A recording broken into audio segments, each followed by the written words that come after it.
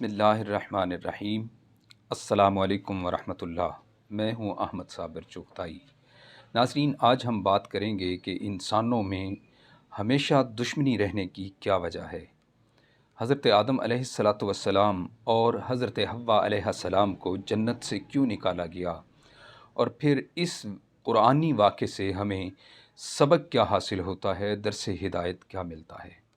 جی ناظرین، حضرت آدم علیہ السلام اور حضرت حوا علیہ السلام جنت میں بڑی خوشی خوشی رہ رہے تھے۔ اللہ رب العزت نے حکم دیا تھا کہ آپ دونوں جنت کے جس درخت کا دل چاہے پھل کھاؤ، بلا روک ٹوک جنت میں پھرو، پھل کھاؤ، مگر ایک درخت کی ممانعت تھی، اس کے پھل کھانے سے منع کیا گیا تھا۔ وہ درخت تھا گیہوں یا انگور وغیرہ کا۔ دونوں اس درخت سے مدت دراز تک بچتے رہے، مگر دونوں کا دشمن شیطان بھی برابر طاق میں رہا۔ بالآخر ایک دن اس نے اپنا وسوسہ ڈال ہی دیا اور قسم کھا کر کہا کہ میں تم دونوں کا خیر خواہ ہوں۔ اللہ رب العزت نے جس درخت سے تمہیں منع فرمایا ہے، یہ درخت شجرۃ الخلد ہے، یعنی اس درخت کا جو بھی پھل کھائے گا وہ کبھی جنت سے نہیں نکالا جائے گا۔ سب سے پہلے حضرت حوا علیہ السلام شیطانی وسوسے کا شکار ہوئیں، اور انہوں نے حضرت آدم علیہ السلام کو بھی راضی کر لیا، اور دونوں نے ناگہاں غیر ارادی طور پر اس پھل کو کھا لیا۔ حضرت آدم علیہ السلام نے اپنے اجتہاد سے سمجھ لیا کہ لا تقربا ھذہ الشجرۃ کی نہیں تنزیہی ہے، اور ہرگز یہ تحریمی تھی بھی نہیں، تنزیہی تھی، ورنہ حضرت آدم علیہ السلام نبی ہوتے ہوئے کبھی بھی اس درخت کا پھل نہ کھاتے، کیونکہ نبی ہر گناہ سے معصوم ہوتا ہے۔ بہرحال اس سلسلے میں حضرت آدم علیہ السلام سے اجتہادی خطا سرزد ہوئی، اور اجتہادی خطا معصیت یعنی گناہ نہیں ہوتی۔ حضرت آدم علیہ السلام چونکہ اللہ رب العزت کی بارگاہ میں بہت مقرب تھے اور بڑے اعلیٰ درجات پر فائز تھے، اس لیے انہیں اس اجتہادی خطا پر بھی سزا ملی۔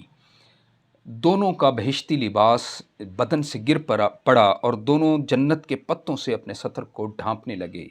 حکم خداوندی ہوا کہ دونوں فوراً زمین پر اتر جاؤ۔ اس موقع پر اللہ رب العزت نے حضرت آدم علیہ السلام کو دو خاص باتیں کیں جو بہت اہم ہیں۔ اللہ رب العزت نے حضرت آدم علیہ السلام سے فرمایا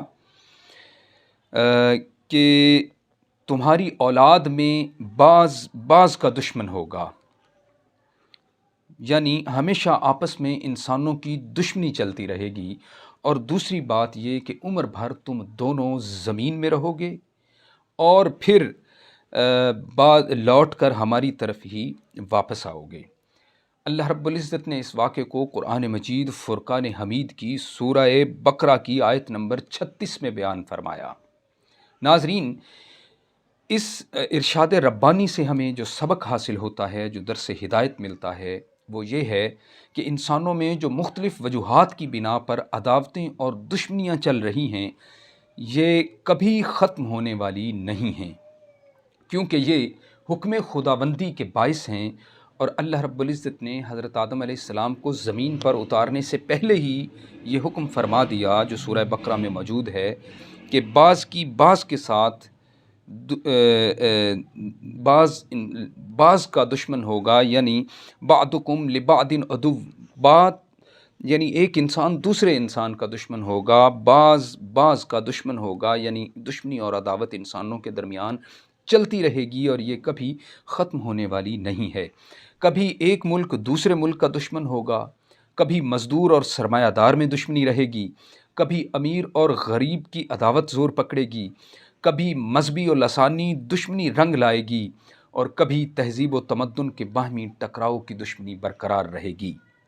یہ حکم خداوندی سے ہے، اور اس دشمنی کو، اس عداوت کو ختم کرنے کی کوششیں بھی نہیں کرنی چاہیے، اس پر غور و خوض بھی نہیں کرنا چاہیے، اس لیے کہ یہ حکم خداوندی ہے، اور حکم خداوندی کے سامنے کسی کی کوئی مجال نہیں۔ جی ناظرین، دعا ہے خالق کائنات ہمیں قرآن مجید فرقان حمید کو صحیح معنوں میں سمجھنے اور اس پر عمل پیرا ہونے کی توفیق عطا فرمائے۔ ایسی قرآنی واقعات پر مبنی ویڈیوز کو دیکھنے کے لیے ہمارے چینل کو سبسکرائب اور بیل آئیکن کو پریس کرنا مت بھولیے گا۔ اللہ حامی و ناصر ہو۔